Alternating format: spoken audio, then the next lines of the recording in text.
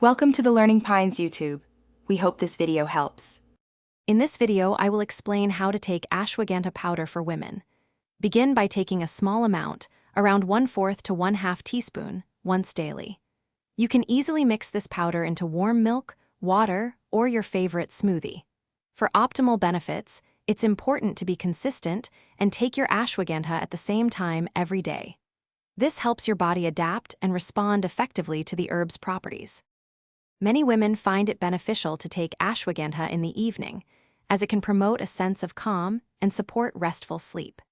This powerful herb is known for its adaptogenic properties, helping your body manage stress and improve overall mood. Additionally, it may contribute to hormonal balance, boost your energy levels, and even enhance cognitive function, making it a versatile supplement for women's well-being.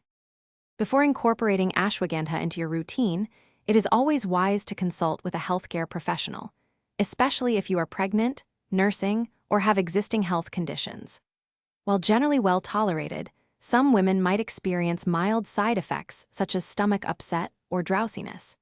If you notice any adverse reactions, it is important to stop taking the supplement and seek medical advice promptly to ensure your safety and well-being.